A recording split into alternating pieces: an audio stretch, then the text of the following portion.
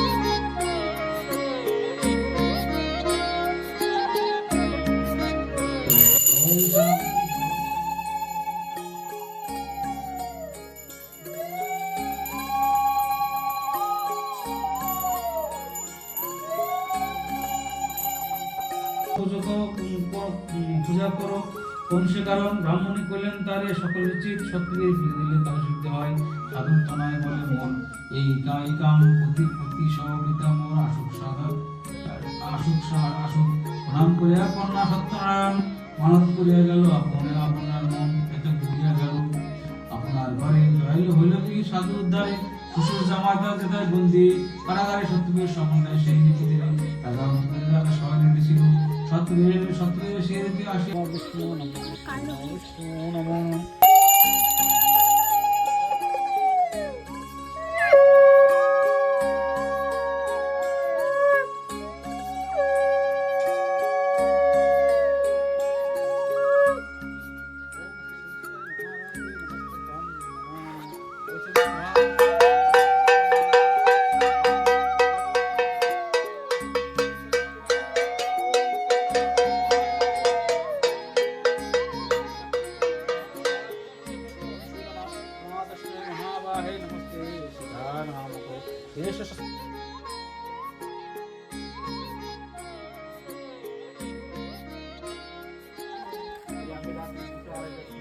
આપણે તો રાત્રે એટલે ખોદો એ એવું થાય છે આ એટલે કારો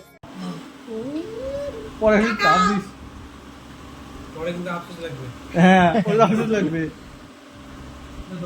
কেন তো বললাম না এই ছবিটা